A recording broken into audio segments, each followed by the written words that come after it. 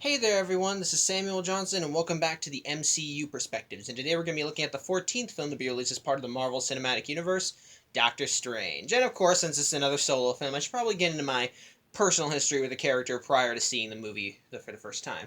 Uh, my first exposure to Doctor Strange was actually through the Doctor Strange animated movie. My mom brought it home one day on DVD. I had no idea who the heck this guy was, but it was when Marvel was doing all those was still doing their animated films, and I had already seen like the Ultimate Avengers films, their Iron Man flick, and so I was interested. I wanted to see where this went. So and it's what and I did. And prior to seeing the film, there were elements of the Doctor Strange mythos that I was exposed to unknowingly, and that was kind of in the villains, though I was exposed to them thanks to Spider-Man the animated series, as two Doctor Strange villains were actually featured as antagonists during the Carnage arc. As such, but even then, But it wasn't until I saw the animated film that I knew that they were from Doctor Strange's mythos. And I saw the film and I liked it, and I thought Doctor Strange was an interesting character. But in terms of further exposure after that, Doctor Strange to me was just kind of the mystical was he didn't really seem like a superhero, is what I'm saying. He was a part of the Marvel universe, but to me, he seemed less like a superhero and more as an advisor, because his shtick was that he protected our world from the mystical realm, keeping all that anything that was magical that went nutso in line so that it wouldn't hurt anybody. But as a result, any major events that I saw him in that I saw him in, he was usually just kind of there as support or there to give advice or just kind of on standby. Otherwise, he didn't feel like he did like I looked at him and I didn't feel like he was more of an active superhero. It felt more like he was there to help the other heroes get the job done, and only doing anything major if he felt the need to, which I'm not saying all this to demean him as a character, but far from it. It's because I knew about I knew about his because I knew about the title. I knew about his major title. He was the Sorcerer Supreme, Master of the Mystic Arts. So it kind of made sense that for affairs like this, he wouldn't be much of a direct help as he would. But with that said, at the same time, such an act. At the same time, At the same time, though, it also gave him a sense of gravitas, of great power, etc. Like it was something like if you hear someone saying, "I'm the Sorcerer Supreme, Master of the Mystic Arts," it felt like someone that you didn't want to screw with. But by that same token, because he was that high up, it made sense why he didn't interfere as often. As such, I didn't. But as a consequence of this, though, I didn't. I only knew so much about his mythos. I knew about his origin. I knew what led him down the path to discovering the mystic arts. But yeah, my otherwise, yeah, I didn't exactly know that much about him. Otherwise, yeah, my exposure to him was only a little bit here, a little bit there. But yeah, but again, he had enough of a sway so that when I saw that they were making a movie about him for the Marvel Cinematic Universe, I thought this might be cool. I think it would be cool, and I thought and I saw Benedict, and I was aware of Benedict Cumberbatch prior to the movie. I hadn't really seen much of the stuff he had been in. Like I only started seeing Sherlock after I saw Doctor Strange. So I didn't really. So I thought seems like he saw he. I thought, but I thought he looked nice. Looked like he would fit the role. So but at the same, but unfortunately, Doctor Strange is one of those Marvel films that I didn't see until it was on DVD. But when I did see it, I thought it looked pretty good. I thought it looked good. But after 3 years, do I still think the film holds up? Well, first let's talk about the contents. In this case, the main character of the film is Dr. Stephen Strange, a very gifted neurosurgeon who's pretty much second to none in his craft, though that talent comes at the price of ego. As the good doctor is full of himself, to put it bluntly, kind of like Tony Stark. Like he doesn't he'll belittle anyone beneath him if he thinks they're not do if he thinks they're not do if he thinks they made if he sees that they made a mistake. He doesn't take on cases that he thinks aren't worth his time or will harm his reputation.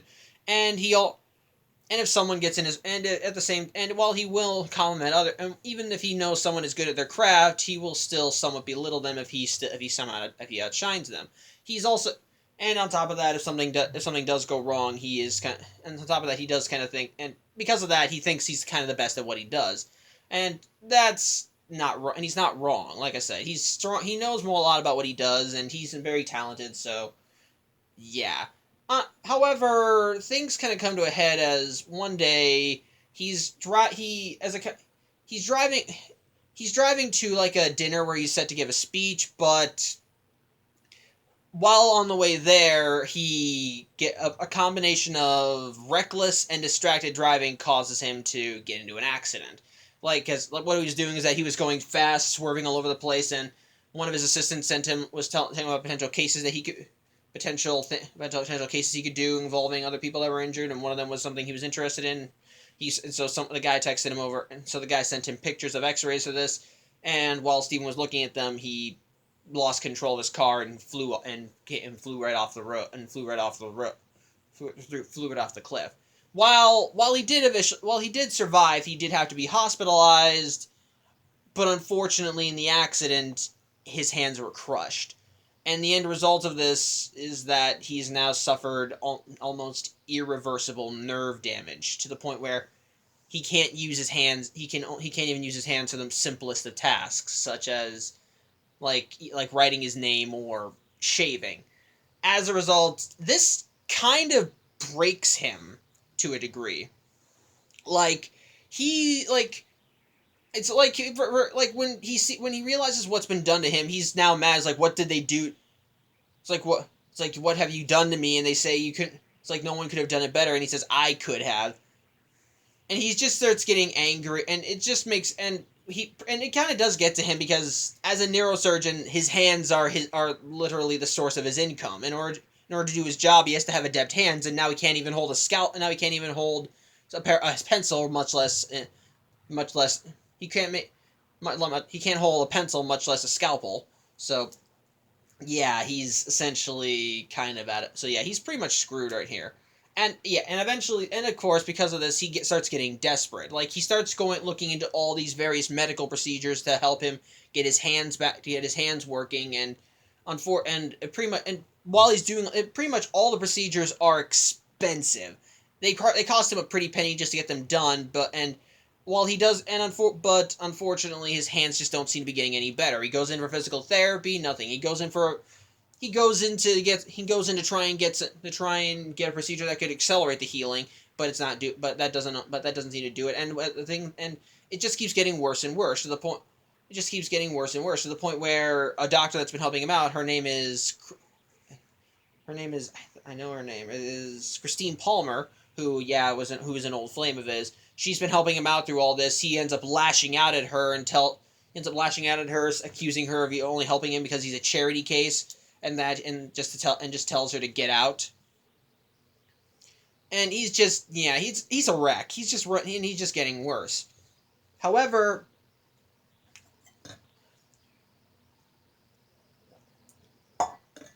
sorry. However, he does seem to get some leeway, as during his physical therapy, his physical therapist told him that there was someone who had suffered similar nerve damage that Strange had suffered, and seemed to be able to get it to work. Steven thinks that that's a load of crap, but the guy tells him that this guy apparently broke his back while on the job, and he used to come in, and after the event, he did go in for physical therapy, but then one day just stopped coming in. Initially, his physical therapist was worried about him until a few years later when he saw him walking down the street, meaning that whatever happened, he somehow got better.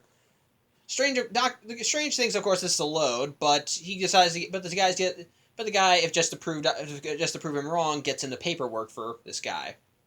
And while it does take a while for Strange to get them, for him to start growing more of a beard, he does get it. He does get the files, and it says that the man was a man by the name of Jonathan Pangborn. At least that's what I think his name is. Yep, Pangborn. And as such, the good doctor looks Pangborn up, and Pangborn at first is not really willing to talk to Strange, because apparently when he got his procedure, he couldn't even get past the good doctor's assistant. But Strange tells him that he needs his help, that he found a miracle, and that he needs him one himself.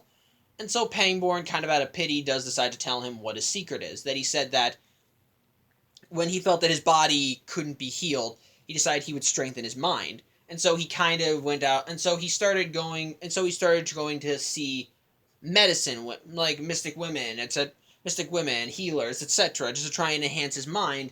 And through all that, he found a sort of enlightenment. And as he did that, he found that his body was starting to heal as well. And so, and as such, while he said that it was more to learn from what he got what he wanted, and he decided to leave. Hearing this, Doctor Strange wants to know Doctor Strange wants to know exactly where it happened, and the guy tells him that the place he's looking for is a place called Kamartish. I think that's how it's pronounced. I don't know how it's spelled. Which is located in Kathmandu, Nepal.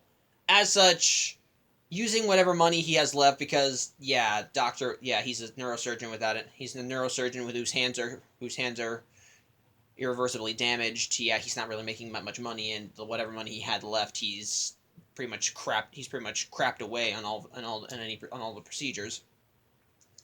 So using whatever money he has left, he goes to Nepal and begins asking around, wanting to see if he can find anything that he can. Want to see if he can find whatever. Trying to see if he can find Kamartish. But of course, no one seems to know where it is. And eventually, though, it seems like it was a bad idea, as when he walks down an alley, he's ambushed by a group of boys who want his watch, which is like the last thing of his that he owns. And we eventually learn that it not only is a nice watch, but it's got sentimental value, as it was something that Christine gave him. As such, he refuses to hand it over, and he does try to fight them, but again, his hands are pretty much busted. Even when he throws a punch at the guy, it hurts him like hell. And so the boys manage to overpower him and beat the crap out of him. However, the boys end up getting attacked by a hooded figure who managed to take them out and get the watch back. And this is a figure that we learn, and this figure is revealed to be a guy named Mordo, who tells Strange that he knows where Kamartush is, and so he brings him to him, which seems to be like this little. I want to say building or cottage or whatever, but bottom line, it's in the street, and so But bottom line, it's like in this building, and so he brings Strange to it, and says that he needs to look for the Ancient One. Strange goes in, and first he thinks he meets the Ancient One, this old guy, but it turns out the Ancient One is actually this woman who's wearing this woman who's completely bald. Upon seeing her, he wants to know exactly what they're doing here, and she pretty much starts giving him the whole healing the mind and body sort of thing, and she says that you know how all this stuff, it's like when you heal someone, what do you do? He was like, well, like how they have to reattach when they provide surgery, they reattach it and the cells combine. That's what they're built to do. And so, but she throws out the theory: what if you could command the cells to do other things, do things they're not supposed to do? And so Strange realizes, so wait, you mean like cellular regeneration? Is that what you're doing here? But yeah, she gives him a book. She gives him a book talking about that show all these pretty much these different phases of pretty much that he's seen in other things. Like he's seen like there's some like the book has diagrams that you'd see like an acupuncture, an X-ray, etc. And she says the best way to healing is to heal the spirit, for the spirit to accept and willing. And Strange immediately thinks that this is all just a load of crap because it's now all spiritual and whatever. And he's a man of science. Then so just to have this all here, he thinks that oh God, I just wasted all my money on this. I'm just wasted all my money on this, and now I'm pretty much screwed, aren't I? However, the Ancient One does seem to prove him wrong, as apparently this power of belief does seem to work, as she immediately smacks him and his spirit suddenly floats out of his body. And of course, he's just amazed by this before he's pulled back in, and his immediate reaction is that this is hallucinogens, because apparently because they gave him tea upon entering.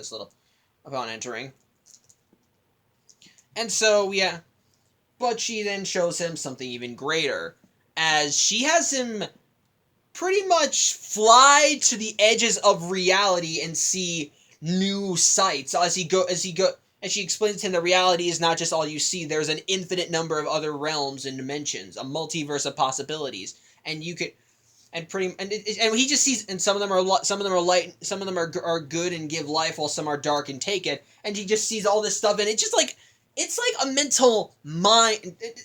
It's just like a mental mind screw. Like, everything he sees just seems to be so strange and odd and just all over the place, and it's so amazing to look at it. It just kind of blows your mind just seeing all this. And when Strange is eventually brought back down, he wants to know. Now he suddenly wants to know. He wants to know what else there is, and the Ancient One tells him no and just kicks him out. However, the good doctor is not willing to go, as he now is just banging at the door, begging and pleading for them to let him in. And according to Mordo, he's there for 5 hours, and the Ancient One isn't exactly willing to let him come in, because inside him she senses arrogance, and she thinks that if she took him under her wing, it wouldn't go well. However, Mordo argues for Strange. Hold on, I'm going to look this up.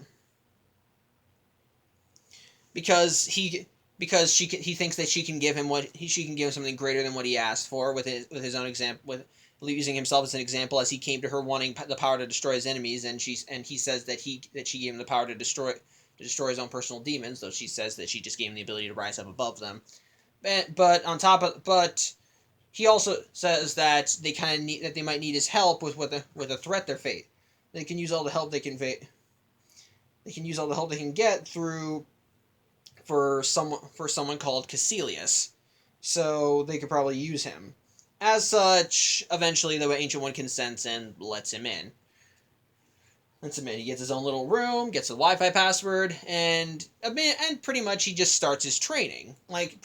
First she tells him that what they do is that they pretty much draw energy from the other realms and channel it into energy and magic. And so it's Strange, which they can use to make weapons, energy blasts, etc. Just all these interesting things that they can do.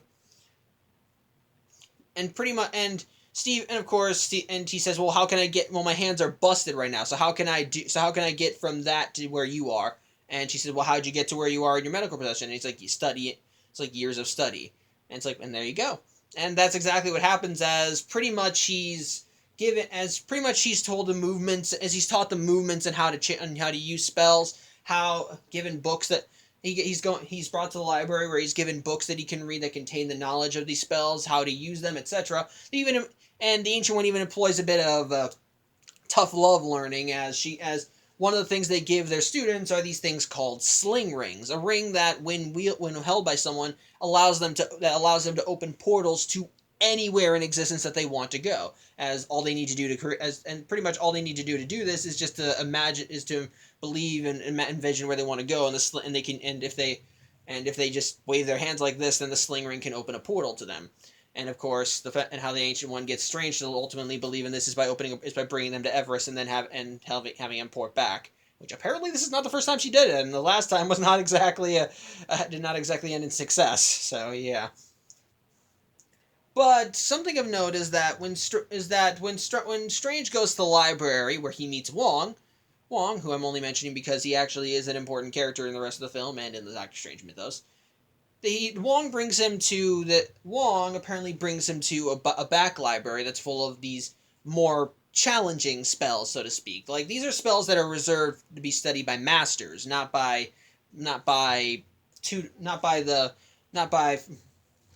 people like Strange, who are just not even. Why is it that when I'm recording I forget words? I know, like, once I'm done recording I remember the words, but then while I'm doing it I forget. Like, he's a novice. Oh yeah, that's it. Like, these are not spells for novices like Doctor Strange, but he seems to be excelling in everything that Wong as we given him in books. So sometimes he's willing to look the other way and let students in the back to study the books. However, there are a series of books that are only consigned for the ancient one. The ancient one, like they're spells that only the ancient one should know.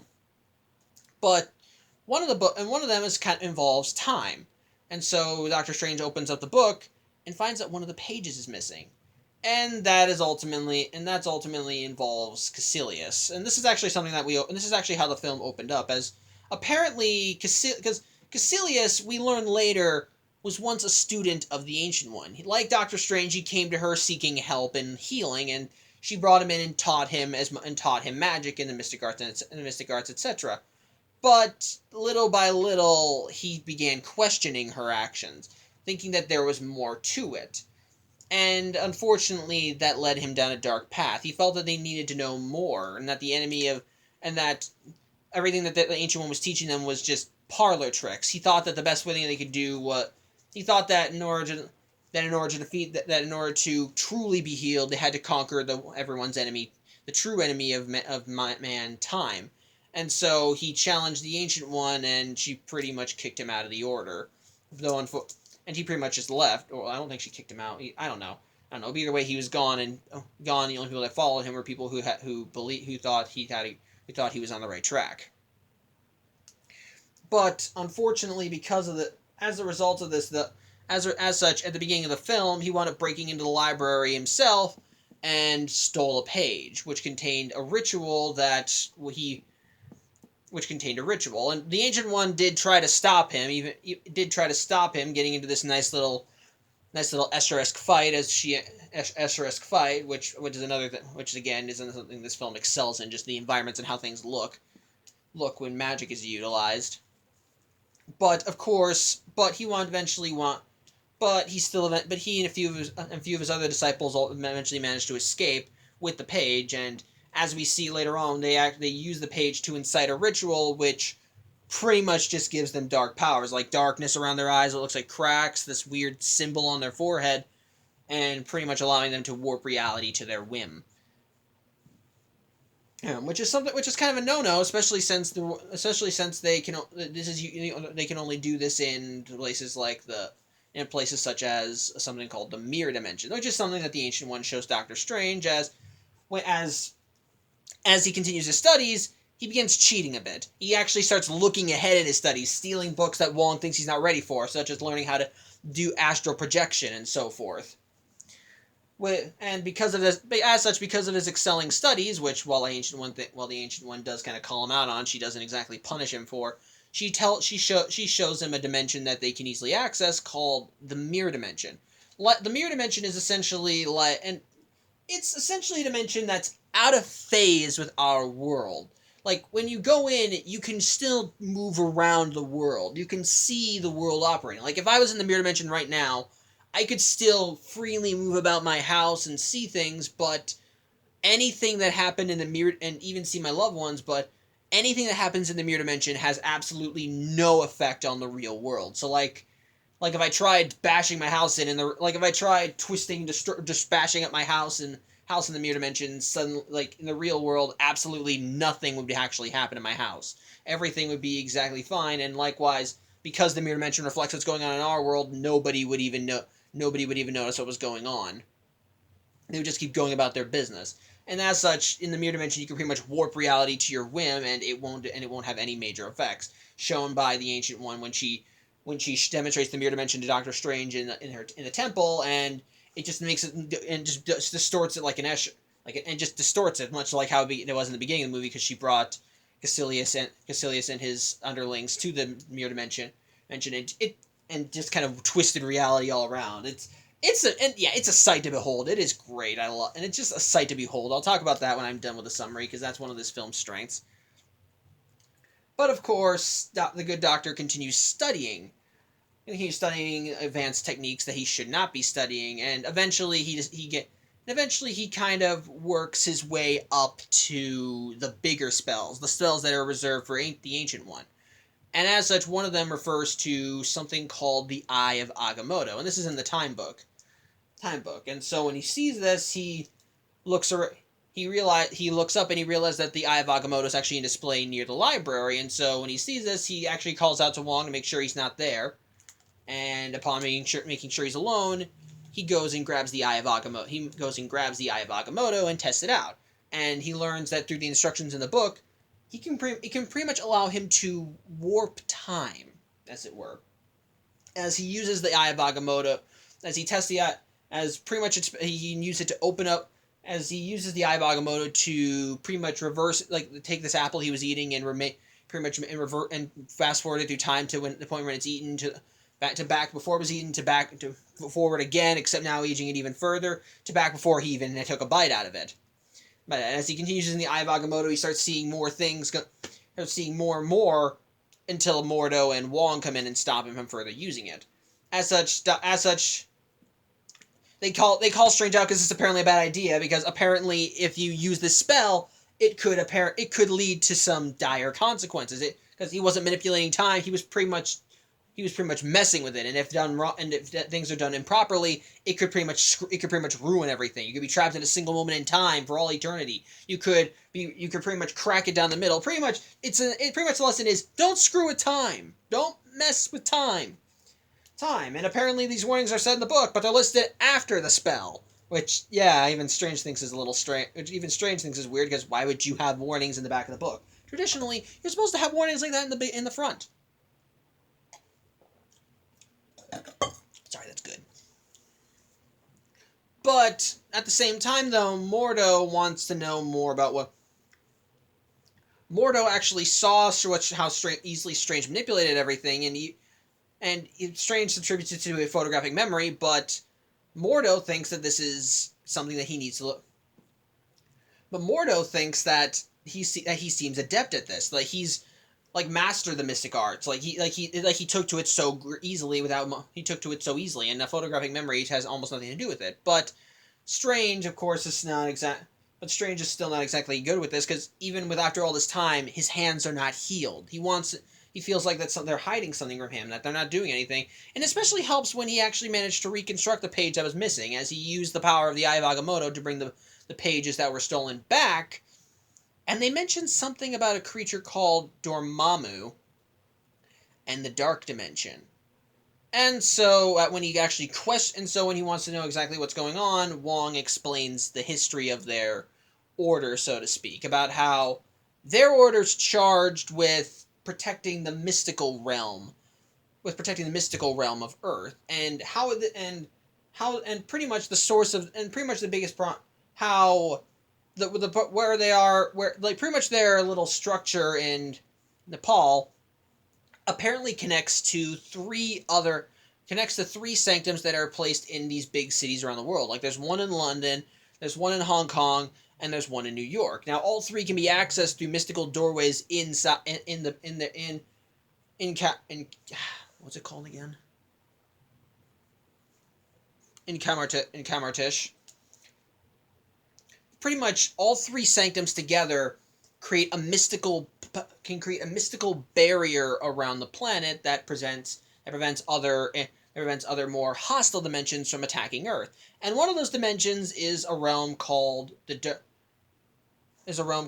Dark Dimension, which is a realm where time doesn't exist and is home to the demon Dormammu, a monster that lives to destroy worlds and consume reality, and who of course wants to target Earth because it seems to be where all mystical energy is, because of all this. Or at least that's what I think. I don't know. They don't say why he's interested in Earth. It could be because it's a stronghold of mystical energy. I could be wrong though. But the bottom line is that as long as the sanctums are up, the Earth is protected from Dormammu. But of course, that's where things get a little hectic, as they realize that something's going on in the London sanctum. As at that point, they go to check the doorway, and they find Caecilius and his little entourage attacking the sanctum, and then utterly destroying it with a spell. And the explosion of this pretty much goes back through the doorway and sends Doctor Strange flying through the door flying through another door right into the New York sanctum. And because of the rubble blocking the door, he's now stuck there. he immediately begins wandering around, wondering what the heck's going on, and he's still wearing the Eye of Agamotto. That's an important plot point. He never got the chance to take it off. And so he's just kind of wandering, and so he starts wandering around the New York Sanctum, and he starts seeing all these strange things, all these artifacts that are hidden, including a cloak, all these strange sights, windows that lead to different areas around the world. It's just all these strange, and it's just all these strange things that he just finds a little, that he can't seem to wrap his head around. But this doesn't last long, as he hears commotion from the front entrance, and he sees the keeper of the New York Sanctum, as he's being confronted by, what's his name again? By Caecilius and his entourage. Pretty much, and yeah, they're here to destroy the New York Sanctum just as they did to the London Sanctum. And so, as such, Caecilius and his disciples get into a fight with the master of the New York Sanctum, and short version, the guy ends up dead. But when Strange sees this, he calls out and actually tries to get their attention. And when they see him, they don't know who he is. And he tries to introduce, and he says, "Who are you, Mr. Doctor? Mr. Doctor? No, it's Strange. Yeah. It's like, it is, but who am I to judge?" It's kind of humorous, but they immediately get to work trying to kill him. And something I like about this fight scene is just kind of the difference in abilities we see here, because this is the first time we actually see Doctor Strange go up against the main villain of this movie. And while Doctor Strange has never actually encountered him at any point or has any personal connection, which, yeah, that's a problem again, the fight does show the differences in their level of magic mastery. Like, because up to this point, Doctor Strange has been excelling more and more in his magical studies, to the point where he can create slight energy constructs which he can use as weapons, which is what, and we even saw him learning how to fight with Mordo earlier, when Mordo taught him about relics, which are these mystical objects that can channel energy, and how a relic has to choose its master, and vice versa, has to choose master, etc. But yeah, that's another thing. I don't know if it's important later, but don't quote me on that. But pretty much, while he has learned more about magic, about what he can do with that, at this point he still doesn't know as much as he could.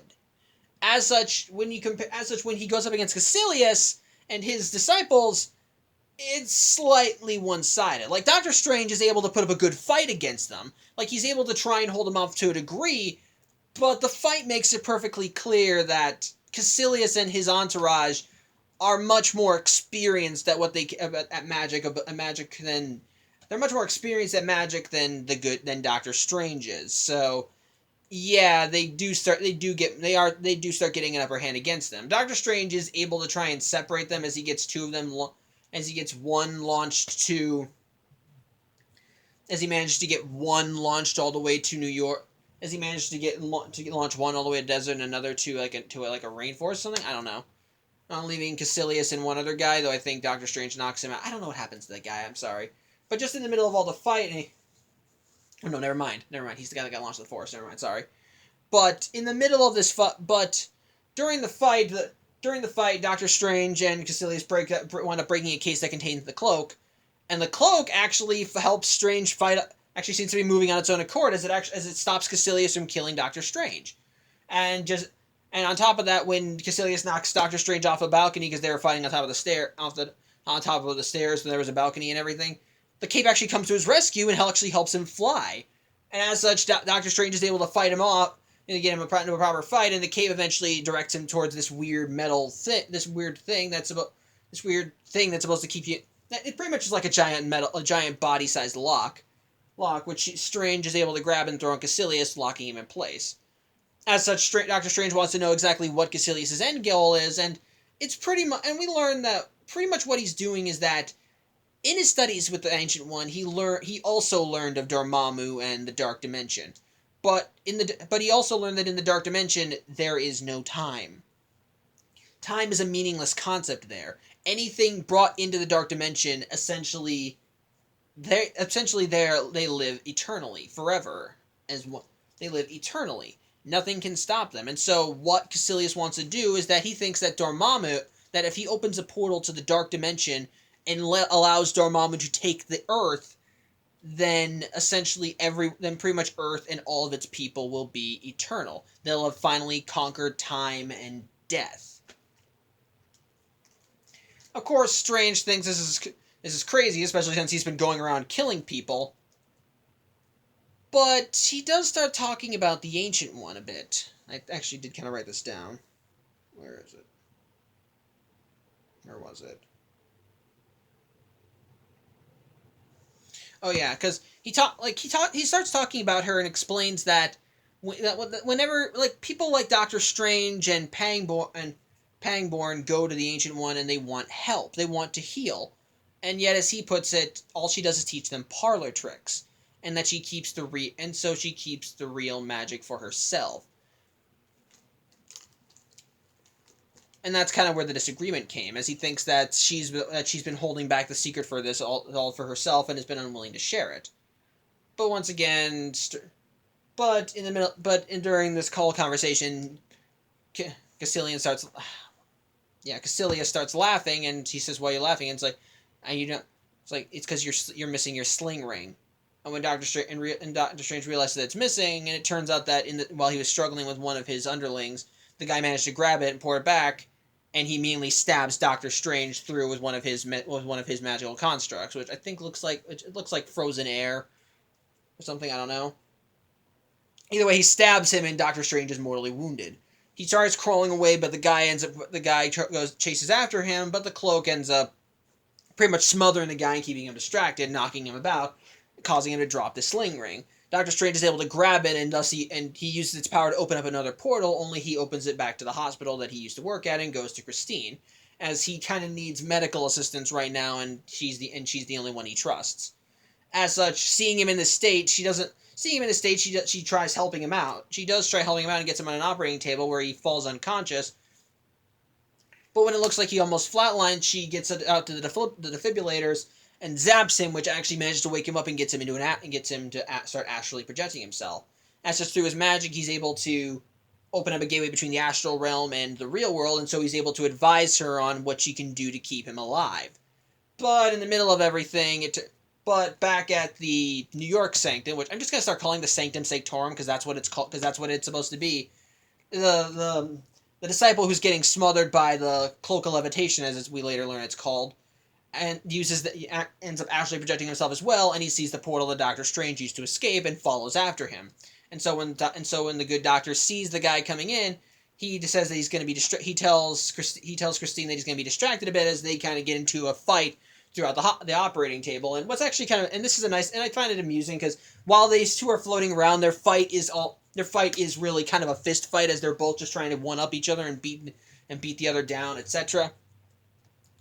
But during the fight, the guy seems to get the upper hand and almost starts choking the life out of Doctor Strange, which seems to cause him to start flatlining in the real world. And so Christine, wanting to save him, gets the defibrillators to 200 volts and shocks him, which does get his pulse rate back up, but it actually affects his astral form as well, which causes an energy outburst that sends the guy flying. As such, he tells her to do that again, but at like at 350 volts, which he says is insane, it could kill him, but he tells her to do it.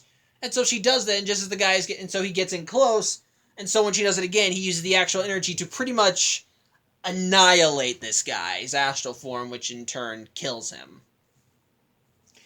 As such, Doctor Strange returns back to his body, and after getting stitched up, he tells her about what he's been doing, and she finds it hard to believe, to which I respond with, "Lady, you live in the Marvel Universe. I think you should have at least something of an open mind for this stuff."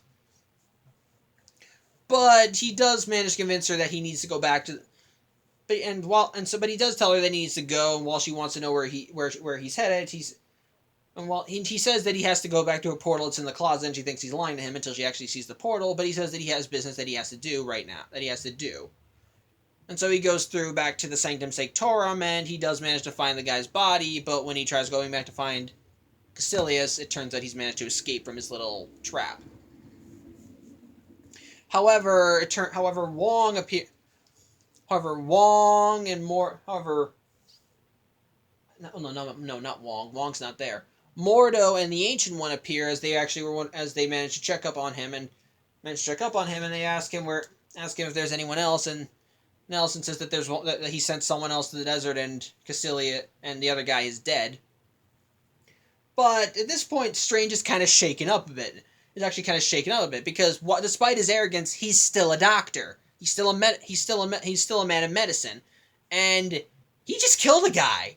Yeah, he was in self-defense, but he just killed a guy. And even when the Ancient One tells him that the sanctum needs a master, and that master has to be, and she's promoting Doctor Strange because of his mystical prowess. He wants nothing to do with this. Like, he doesn't want to do it. He doesn't want to be part of their little battle, especially if it involves what he just did. Especially if it involves all this. And the Ancient One says that, when the Ancient One tries talking him down, he starts saying that he accuses her. Hold on, going down here.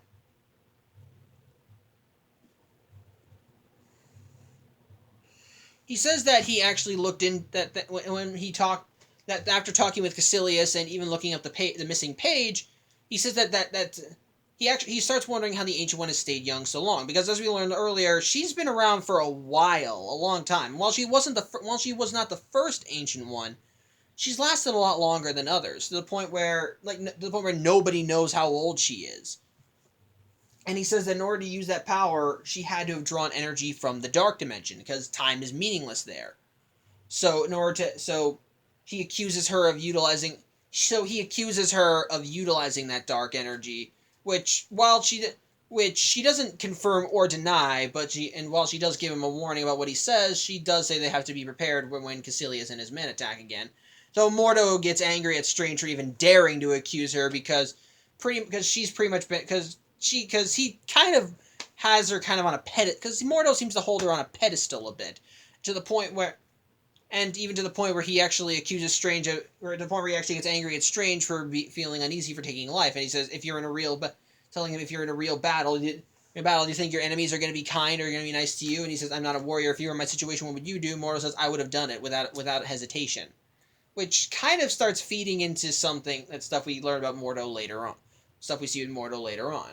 However, this argument doesn't last long, as Caecilius and his men are back, though in this case there are two more back. He's brought a new one to replace the guy that got killed, and they're performing a ritual to destroy the Sanctum Sanctorum in New York. However, before they can actually do it, Doctor Strange manages to use his mystical abilities and pretty much brings everybody present into the mirror dimension. Pretty much meaning that even if they destroy the Sanctum here, it won't do them any good. The Sanctum in New York is still going to be standing. But this quickly turns out to be kind of a bad idea, as while they can no longer destroy the Sanctum, and the Ancient One even said, in order to get out of the mirror dimension, you need a sling ring. It turns out that that's the ritual they used all linked these guys to Dormammu. I have to mention that. I do need to mention that. So they've got all this latent dark magical power, but unfortunately, it turns out because of this, they're actually stronger in the mirror dimension, to the point where they're actually able to manipulate the entirety of the mirror dimension, change entire landscapes. The entirety of New York gets twisted and turned on its head. And yeah, pretty much means that in a fair fight in the mirror dimension is not going to go in Mordo or Strange's favor, as they immediately start being chased by Caecilius. Sorry, I have to keep looking it up. His name is forgettable. I'm sorry, and the only reason I know it is because I had to look it up on Wikipedia, and I did not know how to spell it when they kept saying it. Pretty much as Caecilius and his underlings are following them, they're pretty much Caecilius is just twisting the entirety of New York in this monstrous malformed manner, in all these malformed manners. And honestly, it's one of the best scenes in the movie, if you ask me, this chase scene, as the environments themselves are just twisting and changing. You see buildings starting to bend and split, entire pathways just seeming to go off in different directions and dimensions. And of course, this is where we get our Stan Lee cameo, as when Strange and Mordo are fighting. The street gets turned into, and they fall onto onto a train. And as they slam into the side, they see Stan Lee in there reading the newspaper. But things just keeps getting. It's such a cool sight to look at. In fact, you know what? Screw it. One of the greatest strengths of this movie is just the world manipulation, seeing the magic in place, seeing everything, seeing how they can use the magic to change the world around them. It is such a magnificent sight to behold. It is just so amazing to see. in action. When they're in the mirror dimension, seeing them actually literally turn and twist everything on its head, having them when Caecilius manages to get the ancient power from Dormammu to twist reality even outside the mirror dimension. It's so beautiful. It's so amazing and mind-bending just to look at. It's so amazing. Even when Doctor Strange got thrown through the edges of the universe when he encountered the Ancient One, it was so amazing and it was so mystifying to watch. It was actually really nice, and this chase scene further exemplifies it as the entire landscape is turning against these guys, trying to stop them from escaping the bad guys as they continually manipulate everything to keep them from accessing a portal out of the mirror dimension. And it's so amazing to watch, and it's so cool. But of course, it doesn't exactly help the heroes, especially since they eventually get cornered, and it looks like they're about to kill them until the mirror dimension starts getting warped again into forming a platform that everybody's on, being surrounded and it turns out that the one manipulating them is the Ancient One, as we see a mark appearing on her forehead that Caecilius and his underlings also adopted when they performed the ritual. And it turns out that, yeah, Doctor Strange was right. She's been tapping into the dark dimension to keep herself young, and the fact that she's even able to manipulate the mirror realm to such a level as these guys pretty much proves that she's been using energy from the dark dimension just like they have. Which, yeah, when Mordo sees it, it does not sit well with him. But of course, she does still tell him that the path they're on is only going to lead to she tries to convince Caecilius that the path they're on will only lead to ruin and despair, but he's not exactly willing to listen. And so she gets into a fight with him and his underlings, but unlike in the beginning of the movie where she actually put up a really good fight, and yeah, she puts up a good fight to her too, they manage to get a hit in as Caecilius manages to stab her through with one of his magic constructs. Also, and then eventually tosses her out a portal, and he managed to get a sling ring I think he got it from Doctor Strange, and opens up a portal, sending her flying into the mirror realm with Doctor Strange and Mordo chasing after her. As such, since she's just been stabbed, she's not exactly in a position to try and save herself, as when she comes out in the real world, she comes out near the top of a building and crashes right onto the ground. As such, Doctor Strange and Mordo come in and get her, and so Doctor Strange brings her to the hospital, where he calls for Christine and other doctors to try and help her. And of course, but as they all try to trying to do whatever medical procedures they can to get her alive, she starts to flatline, and so Doctor Strange realizes something's up, and so he actually projects himself and sees her spirit literally leaving her body. He chases after her, and they find that time seems to has slowed to a crawl. And so, once again, going to my notes here. The Ancient One tells Doctor Strange about how, in her time on Earth, she has fought to prevent various other countless bad futures, but no matter what she's seen, they've always led to every one of them seems to lead to this single moment, which she can't see beyond, because this is this is her end. But she asks Strange if he's ever curious about his future, and while he tries to deny it, yeah, he is curious. But she says that whenever she looks into his future, all she sees are possibilities. Just different possibilities for how things could go for him. And into many of them, he's great. He has a great capacity for doing good. It's just that one of his greatest weaknesses is his own pride and his unwillingness to lose. And while those things have kept him high and mighty and kept his career up, as a result of this, it kind of keeps him from achieving his full potential. Sorry, I kind of wrote all this down. And so she tells him that he can choose to try and meet that potential, and they pretty much all have had that choice. And she uses, once again, Jonathan Pangborn as she explains how she managed to help him. Kind of. She did teach him how to use magic, but how he was able to heal himself was that he uses magic to pretty much keep himself walking. And when Doctor Strange realizes that, when Doctor Strange hears that, he realizes he could do that for him. He could do that for himself. He could heal his hands, make himself better, and go back to having a normal life again. He'd go back to being a surgeon. But the Ancient One tells him that he could be denying himself something greater in this world, a greater destiny for him. And she says a line that I think is just perfect, that death is what gives life meaning. Like even now, like she knows that this is her final time, and she says that she hated using energy from the dark dimension, but like with Strange, she knew that some rules had to be bent in order to to help the greater good. But she knew that even with what she was doing, she would eventually have to pay the piper. And so even now she's still afraid of dying as she's using her power to pretty much stretch out this final moment. But pretty much with those last words, she tell even with those last words, she ends up disappearing and she ends up dying, and Steven realizes that there's still business that has to be done, and he decides that he does need to actually do something. He can't pretend nothing's going on right now. So he tells Christine that he has to go, that he has to go save the world, and so he goes back to, he managed to open a portal back to. Sorry, there's a lot of strange words that I had to write down for this. Kamertish, where he sees Mordo, who is still grappling with the revelation of the Ancient One was actually, while telling him not to break the rules of nature, was breaking them herself by tapping into the dark dimension. And in a way, he actually blames her for what happened with Caecilius, is because of her hubris that Caecilius ultimately tapped into forces that he couldn't understand, which ultimately led to this big disaster. Pretty much, as he puts it, there's always a bill due. And Strange tells him that he was complex, but he's not complex. But even with all this, there's still one there. Like he's still trying to attack two sanctums.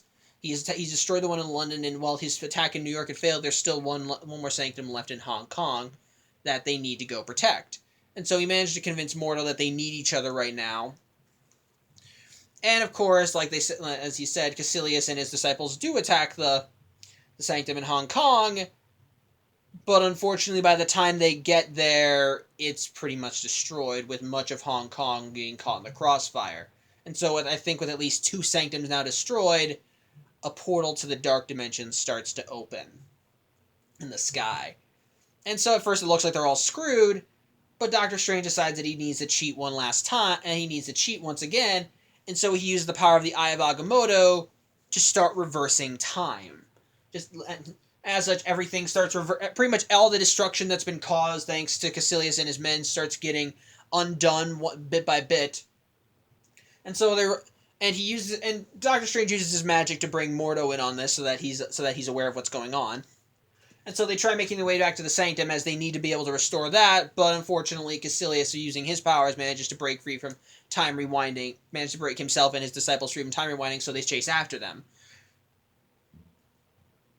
And they actually do manage to fight them off rather well, and it's once again a really cool scene as you see everything being continually rewound around Strange and Mordo as they keep jumping through the streets of Hong Kong, as buildings continue going up one by one, and seeing his disciples get caught in stuff as it's being rebuilt. It's just fun to watch, and I think it's great. And it's just even more fun to watch, and it's great.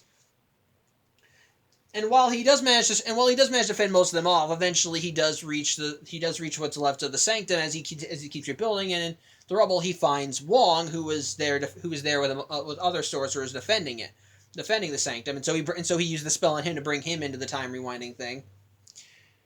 And so he tells him, sorry, it's like, I know, breaking the natural laws, like, well, whatever, don't stop, because he's still doing it, but eventually, Caecilius,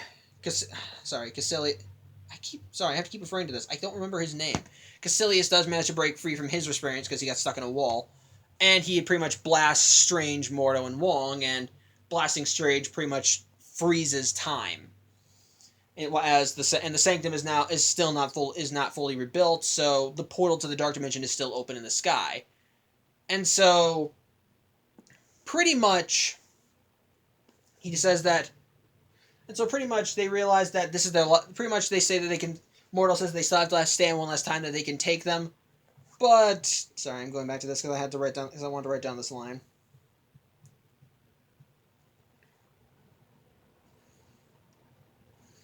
Caecilius looks at the portal to the dark dimension and sees it and says it's a world beyond time, beyond death. And again, he still thinks it's a good thing if the Earth is brought into the dark dimension. But then Doctor Strange hears that and he comes upon an idea. As such, rather than helping Mordo and Wong fight off Caecilius and his men, he instead flies off into the portal into the dark dimension, with Caecilius thinking that he's run away and given up.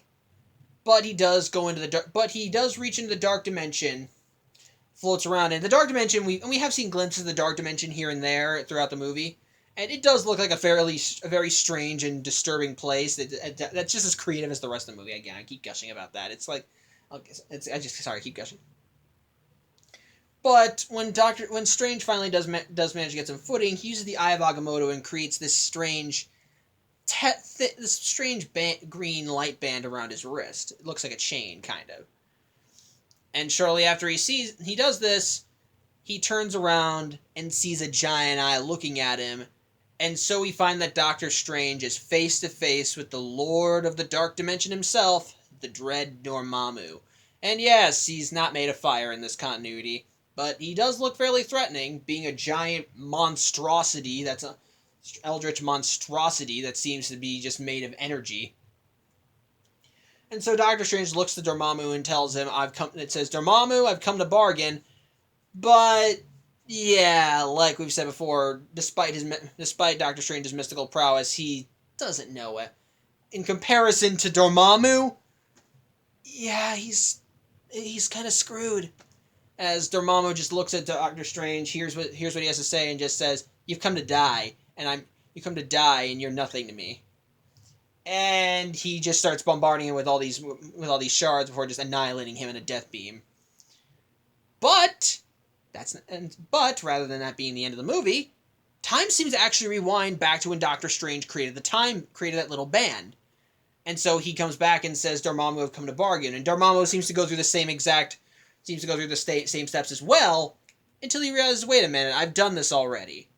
At which point he kills Doctor Strange again, only for him to once again come right back and say, Dormammu, have come to bargain. And so Dormammu wants to know exactly what the heck is going on here. And it turns out that Doctor Strange pulled one last trick. Using the Eye of Agamotto, he created a time band. And sent it's causing time right now in the Dark Dimension to go on an endless loop. Pretty much making it so that no matter what happens, no matter what goes on, everything in the Dark Dimension is going to keep looping back to this moment. And so keep looping around this same moment, meaning that no matter what Dormammu does, no matter what Doctor Strange does, no matter what either of them do, as long as the band's intact, and this thing apparently cannot break, it's an endless loop, everything is just going to stay in this moment, right here, right now. Dormammu cannot escape, because even if he does, he'll just be right back in this moment, and it doesn't matter how many times Dormammu kills Doctor Strange, he'll just keep coming right back saying, Dormammu, I've come to bargain. And at first Dormammu just looks at this and says, then I'll make you suffer. You will die. I'll just keep killing you. But Doctor Strange says, I'm good with that. I'm willing to lose 1,000 times. Times as long as no one else is suffering. And so Dormammu just we see a montage of Dormammu just continually killing Steven off in all these monstrous ways, but each time Steven comes back saying, Dormammu, have come to bargain. Dormammu, have come to bargain. And what's actually kind of funny is that as the scene goes on, it feels like he's getting a little bit more arrogant as he talks, feeling like he's mocking Dormammu here. And Dormammu just keeps telling it, Dormammu just is actually getting angrier and angrier, and he says, how can you keep doing this? I'm doing this, and he says, and like I said, he's willing to die 1,000 times because it means that Dormammu is his prisoner. And so when Dormammu realizes that, he realizes he's screwed right now. Like, because even with Doctor Strange's even if Doctor Strange only knows so much magic, the fact that he's mastered this one spell pretty much means that Dormammu is now at his mercy because he has complete control over the time band. So no matter what happens, Dormammu is stuck right here, right now, at Doctor Strange's mercy. He could kill him 1,000 times in a million different ways, and pretty much just use him as his eternal plaything, but no matter what happens, he's stuck. He can never leave. And so this finally gets him to say, okay, what do you want from me what do you want? I will give you whatever you want just to end this. And so Doctor Strange tells him, you take your Zealots, and you take your Zealots, and leave, never return, and I will break the time band. And so the dread Dormammu complies. As we go back to the real world, as we see Mordo, Wong getting ready to fight, getting back at the moment when they're ready to fight Caecilius and his followers. Only instead of Doctor Strange flying into the dark dimension, he's now floating back down from it. And he warns and he alerts Caecilius to something what's happening to him. As suddenly he sees that as Caecilius and his followers finds that they're all flaying, and he tells him, "You're getting," and he says, "What?" And Caecilius is like, "What's going on here?" It's like, "You're getting exactly what you want, eternal life, but you're not gonna like it." And suddenly, Caecilius and his remaining followers suddenly get pulled into the dark dimension, and we see that as they fly into it, they're now turned into black husks as they fly through. And so Doctor Strange finally tells them, yeah, you might want to have read the whole. You might want to have read the whole book. The warning's in the back, which gets Wong to laugh. And I forgot to mention that Wong apparently did not find any of what Strange said funny, but that finally got a chuckle out of him. And so now that they're gone, Strange is able to use the Eye of Agamotto to reverse time again, to continue reversing time back to when the Sanctum has been rebuilt. And thanks to it, and since it's now back up, the portal to the Dark Dimension is now closed. Nothing can escape it now. Now, and he sets time back to normal so that from the eyes of everyone in Hong Kong, nothing went down. Everyone is safe and sound and safe. I just said safe twice. Sorry. And so Doctor Strange and Wong are happy because they just won. They beat the bad guy. But Mordo is once again Mordo is not exactly in a good mood, because in order to do that they had to still break the natural laws. And even with this victory, he still thinks that there's a bills to be due. And so he says that he doesn't want to follow their path anymore, and he leaves. As such, with this in mind, the good doctor returns back to sorry, there's just so many forgettable names. Kamartish, where he takes the Eye of Agamotto and puts it back in its pedestal. And Wong tells him that's a good idea because he may be able to wield it one day again when he masters its power. But until that day, it's probably not safe to go around in public wearing an Infinity Stone. So, yeah, with that in mind, Doctor Strange... Hold on,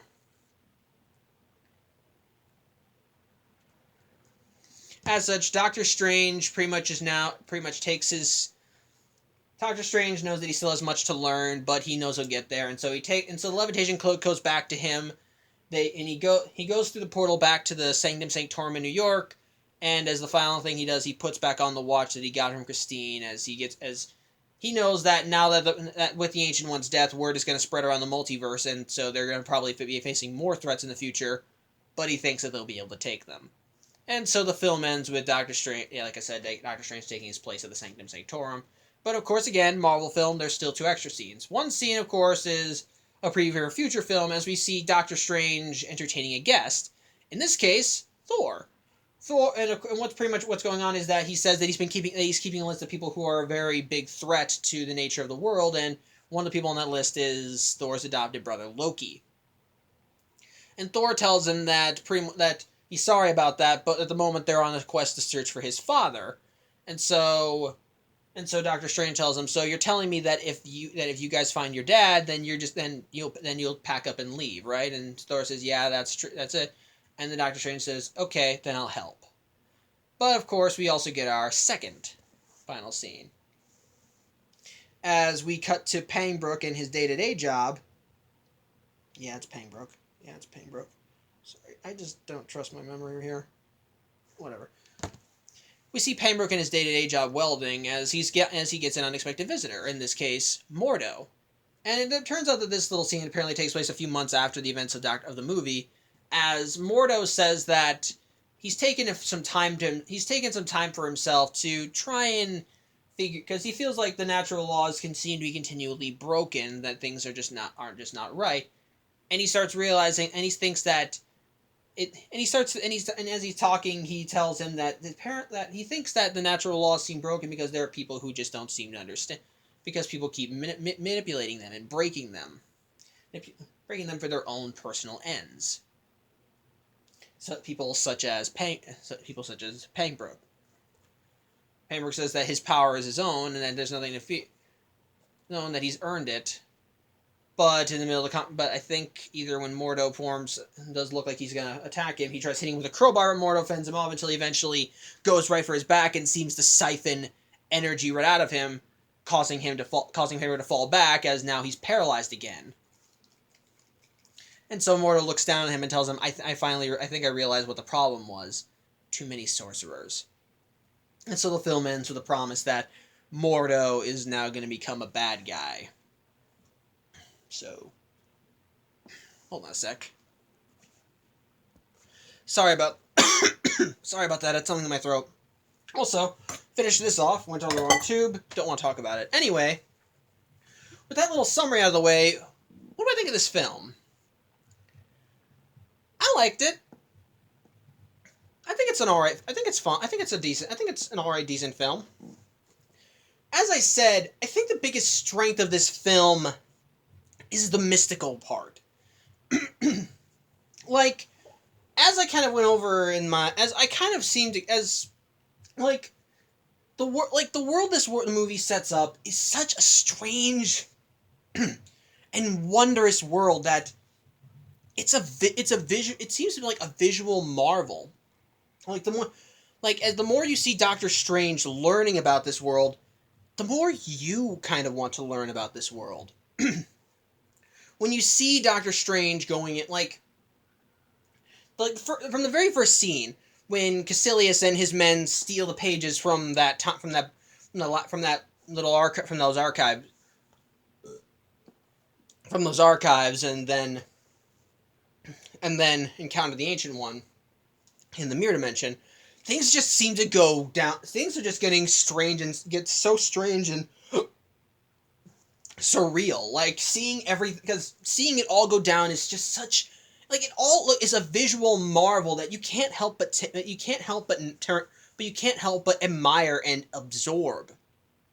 Like, even when they're not twisting and contorting the world in the mirror dimension, there are other sites that I think are, the rest of the movie is just so immersive and visually entertaining.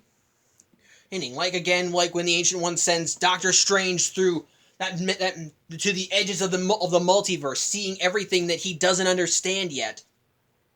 As he flies around, you feel like you're on a trip with him. As you see him just flying all over the place, seeing his mind get bent out of shape as things that shouldn't make sense begin happening, and you feel like you are literally stepping into another world here. So it does actually feel strange, and if you feel like you're being brought along for the ride, it feels so immersive and intriguing that you can't help but not look away. And seeing more of how it works is just so visually invigorating. Like, even with the Dark World and the reveal of Dormammu, it's such a strange, like, actually seeing it, it's, even when you know this is the bad place, it's so visually intriguing. Seeing this dark atmosphere, seeing these strange structures all over the place, and then even the reveal of Dormammu, and the way he's set up, it makes it look like he doesn't live in the dark dimension. It looks like he's a part of it. Like, just entering the dark dimension brings you into his fold. And the ways that you see him killing Doctor Strange kind of encourage that, as he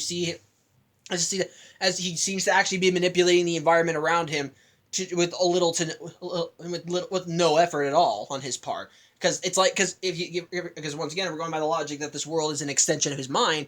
Of course, that's how it would go down, which I think is really damn cool. But with that being said, actually, scratch that. We'll get to that later. And it's just I gushed over it already, but this film is just so nice to look at. And when they start using the magic to manipulate the world and change it, like when they reverse time, or when they're in the mirror dimension, even in the dark world, or even in the dark dimension, things just seem to be so strange and surreal. But it's such a visual marvel, seeing everything, because it makes you look at that and you think, and it does make you think that you are that the world that we know it does feel like it's just on the tip of the that all we see is just the tip of the iceberg. That beyond that is something even greater that we just need that we could open our minds to. And on top of that, the film does have a. On top of that, I think the acting is of course like most Marvel films. The action is pretty fun. Like we get some nice close quarters combat and fight scenes, which I think are good. I think are cool. I feel though, admittedly, I feel like they can be a bit subdued, but otherwise it is cool seeing them actually utilizing the magic to their advantage, creating weapons, flying around, astrally projecting, which I think is nice enough as it is. So that's always cool. So that's I think cool to watch in and of itself. But on top, and of course we also get our main characters. For example, Doctor Strange is actually is a character that Doctor Strange, I think, is done great by Benedict. Benedict Cumberbatch does a good job as Doctor Strange in this film.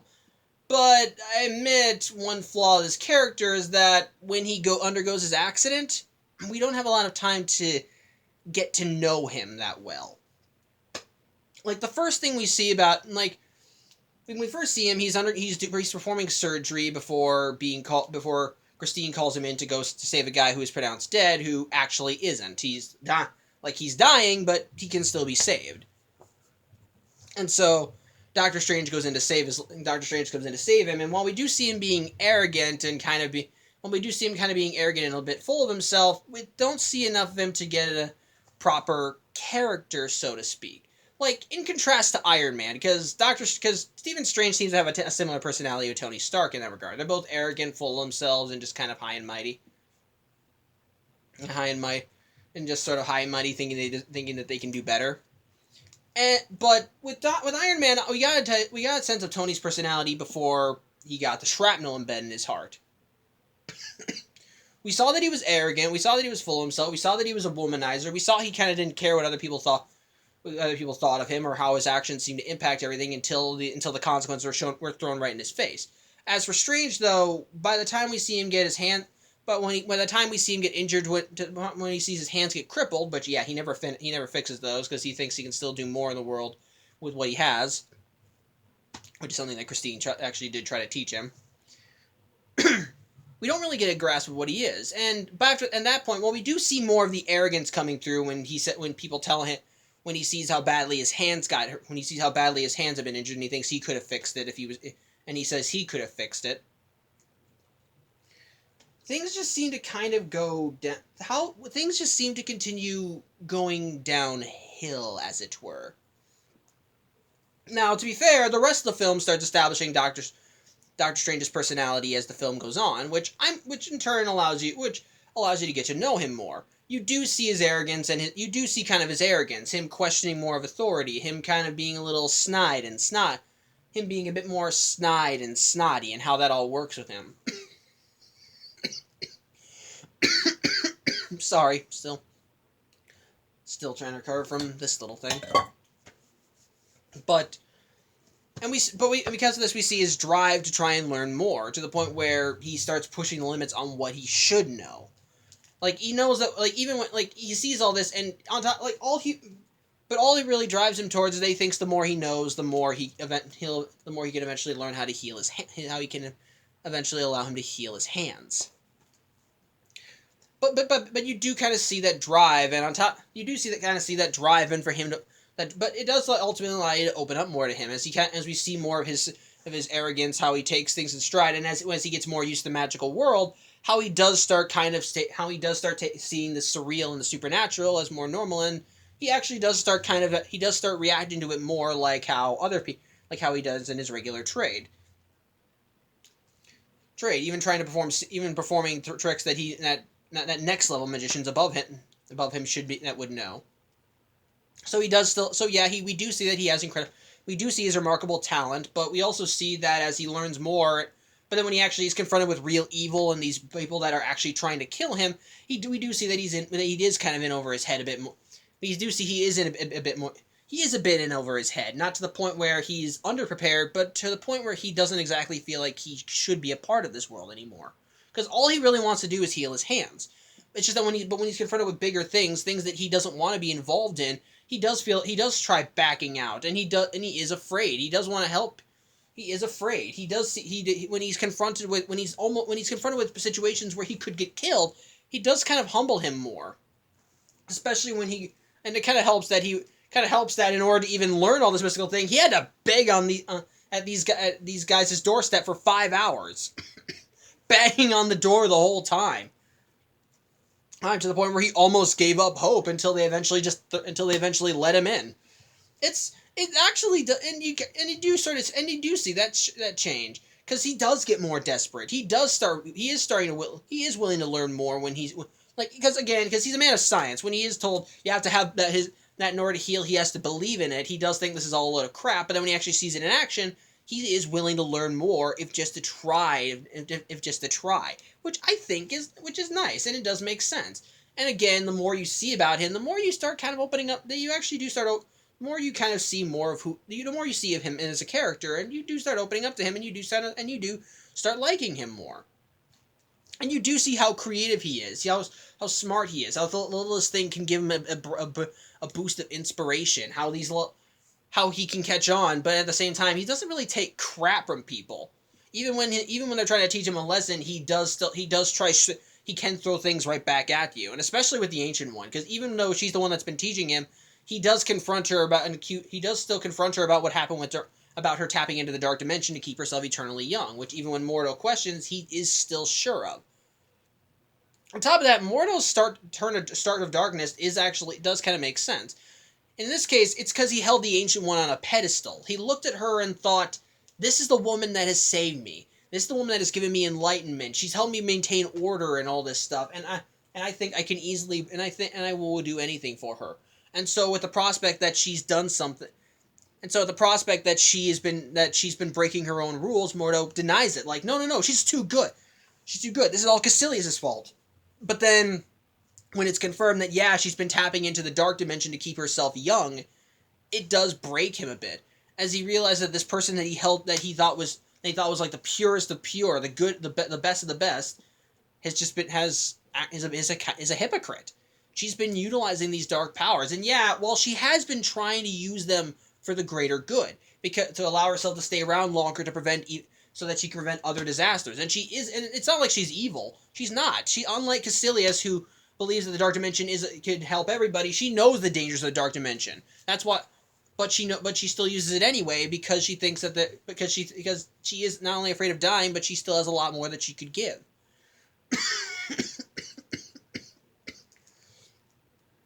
But yeah, seeing that eventually go down, and yeah, as the climax continues on, the fact that the only way they could stop the bad guy was by continually breaking the laws of nature, namely messing with time, which is a big no-no, which is still a big no-no. He thinks that no, they can't do that. He does finally get broken out. It does finally cause him to just say, "No, I want no part of this now. I have to go." And eventually, when you see him in the post-credit scene in the film, it does send him down the path to becoming the Doctor Strange villain that people know in the comics. As he's now going after anyone with mystical abilities, as he thinks that people with mystical powers are the real problem, as they mess with the natural order of things. So yeah, it is kind of a nice arc with him. It's kind of a nice arc with him, allowing us to have this bigger threat beside us, while still keeping it, while still setting up another potential threat for a later film down the line, which I like, which I think is nice. As for the humor, the humor is all right. There are some jokes that work. The jokes aren't bad, but not that great. Yeah, like I said, the action is all right. Is also all right. Kind of doing some close quarters combat, but it feels much better. It feels better when they're actually using the. I don't know. It feels nicer when they're actually messing with the environment. The climax, of course, is memorable because whenever anyone thinks of this movie, they think of that scene with Doctor Strange and Dormammu, which I think is really good. Which, yeah, it's a very quotable scene. But we'll see, because it's actually kind of funny seeing how many times Doctor Strange can get killed and then come back, and seeing him say, "Dormammu, I've come to bargain," over and over is just kind of nice. And yeah, it is also funny seeing the fact that this great and all-powerful demon who could probably squash Doctor Strange like a bug is easily outsmarted, because no matter how many times he kills him, he'll just keep coming right back. It's just perfect, and I like it. perfect, and it's actually just amusing because it also still plays to Doctor Strange's strengths about his creativity and him just using this seemingly simple solution to turn the tide of battle into his favor, which is really nice. I like that. But but of course, the film does. Oh wait, well, actually, hold on. Let me list one more flaw. One more thing that I probably should mention. I think one last thing I should talk about is the Ancient One. And I know people had issue with the fact that how radically they changed the Ancient One. As in the comics, he was an old Tibetan monk. He was an old white guy from Tibet with a long beard and everything. Now they changed him. Now they changed the Ancient One to this young woman, young woman who's from. Hold on, I wrote what her nationality is. In this, hold on. I said it. Sorry, I'm just trying to keep this in mind. Oh yeah, she's Celtic. This young woman to this young Celtic woman. Honestly, I don't mind. If anything, there's only one major casting change. There's only one major change in the Marvel Cinematic Universe that makes me scratch my head, and it's not because of the it's not because of the change, but why the change was implemented. Otherwise, the rest of the time, I honest to God couldn't care less. I don't care that the Ancient One is suddenly a young woman. I don't care that Flash Thompson is suddenly is no longer a white kid with blonde hair. As long as they still kind of fill the essence of the character, I'm good. As long as the character still kind of fits in with what we know of what we know of them in the comics, I could care less. Now, major characters, I think I feel like you shouldn't be changing them too radically, but the Ancient One still fits the same role and still fits the mentor role, and I feel like the casting is actually pretty good with the Ancient One. She does feel like she's knowledgeable and knows what she's talking about, but she also feels like a woman that's kind of seen a lot of crap and perfectly knows how to deal with it. When Doctor Strange starts giving her crap about everything she's doing, about belief and so forth, she immediately just shoves him into the astral plane, and then when she pulls him back, throws him through the ringer. And even when she's given a warning, his heart rates were elevating, this isn't a good idea, she brings him back, it's like, no, he looks fine to me, and then just sends him right, and just continually sends him flying. That is that's nice. She is definitely a woman that feels like she knows what she's doing. She feels like she knows what she's doing, and she's kind of mischievous too, like when she threw Doctor Strange onto Mount Everest, and to try and do a tough love approach to him, learning how to use the sling ring. I liked that. That was fun. That was nice. And on top of that, her death does kind of feel tragic, because at the same time because even with the revelation that she's been using the Dark Realm, you don't want her to die. Because even with the revelation, she was still trying to hold the bad guy. She's still trying to save lives, and in her last moment, she still gives Stephen this speech about how she feels that he is capable of so much good. I like that. And when she does go, you do feel sad a bit, because you don't want her to go. You don't want her to go. I think she's nice. Ancient One, I didn't have a problem with her in the film. Perfectly fine. But again, but I suppose we should get into the flaws of the film. And I already mentioned how, unlike other films, you didn't have a lot of time to get to know Doctor Strange before the inciting incident of this film happened. I feel like we could have had spent more time with him before his hands got permanently damaged. But other things that I think could work. But I guess another problem could be the pacing. I feel like this film moves a little fast in some areas to keep it from, which in turn keeps it down. And again, another thing which is kind of ironic, because I have commented because I thought it's the fight scenes. Again, the fight scenes aren't awful; they're nice. It's just that I feel like the world and the design. I feel like when the world twisting, that outshines the fight scenes by miles. Like, the fight scenes do, because the fight scenes all feel close and nice, and they are intricate and great. But when you're advertising your hero as the master of the mystic arts, and the most fighting we get is just hand-to-hand combat, it feels like a letdown a bit, especially when we do see the much more intricate and cool stuff with the world being twisted and turned. Christine, the love interest. Honestly, I don't want to say she's just there, because she does do stuff in the film. It's just that she doesn't really have much impact on the major plot beyond giving Stephen Strange some emotional support and then patching him up later. She doesn't really play into anything. She's just kind of there, so to speak. I don't know.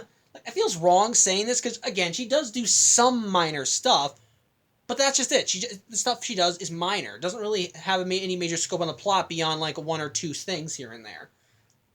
So, yeah. So I feel like you could cut her out, and you could cut her out. Maybe make her like a friend or something. Maybe have a friend or something. I don't know.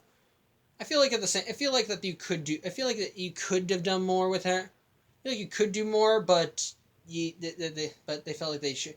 I feel like they could have done more, but I feel like they're also limited. And then finally, the villain. As I said, for starters, this guy is just completely forgettable. He has no personal connection with Doctor Strange at all, and his plan is just generic. Oh, I'm gonna save you guys by bringing you into this place called the Dark Dimension. Yeah, that's great. Like, he doesn't feel like a real villain. Like, he's got all this great build. He apparently came to the Ancient One for help. He started questioning her, and then he eventually left. But this guy's just forgettable. He is just a forgettable villain. Like, again, even when I heard his name in the movie, I had to look it up just to see how it was pronounced. And as you can see by the number of times I had to look up his name on my dang phone, I didn't remember. This guy is forgettable. If anything, I think the real villain is Dormammu, because he's the one that gets all the build-up throughout the film, and it's him that Doctor Strange has the ultimate confrontation in the climax. And Dormammu actually has more weight to him. He's this giant, unknowable monster who could wipe out our entire world with barely a thought. And the only way you could beat him is that you had to get creative, like with Doctor Strange. But beyond that, it's nothing. The film feels like it's lost it. Like the film feels like it could have been more, but unfortunately, it just kind of felt, and he just felt like he was a letdown, just a letdown in that regard. And so as a result, and yeah. But with that said, the film again isn't bad. The main acting I think is good. Well, the action, like the effects and the effects are breathtaking. They're great. Really nice. The characters are nice, and they do have interesting arcs to them. My only complaint is that the story feels slightly rushed here and there, and the villain is not that great, and the fight scenes I feel like could have been better. But for what we got, I think this film is it's good. It's all right. It's good. It's good / all right. It's somewhere in that range. Like, and on top, yeah. It's a good film, all right, but yeah. I guess another comment I'll give this movie is that it feels like it's more self-contained in a way. Like, we do get hints at other films, like they say the Avengers protect the world from physical threats, we protect them from magical, and we even get another addition to the Infinity Stone, to build to the Infinity Gauntlet. We even get more, and we even get some slight attention more to the ongoing plot as we learn that the Eye of Agamotto in this continuity holds one of the Infinity Stones. So yeah, you know that Doctor Strange will have to be involved in that too. And of course, there's again the last scene with Thor. So yeah, you know that Doctor Strange will eventually return. So yeah, on the whole, again, like I said, film ranges from good to all right. So yeah, that's pretty much all I have to say. Thank you for watching, everybody. I'm Samuel Johnson, and tune in next week as we once again go back out to the stars and see what the outlaws and misfits of the universe are up to in Guardians of the Galaxy Volume 2.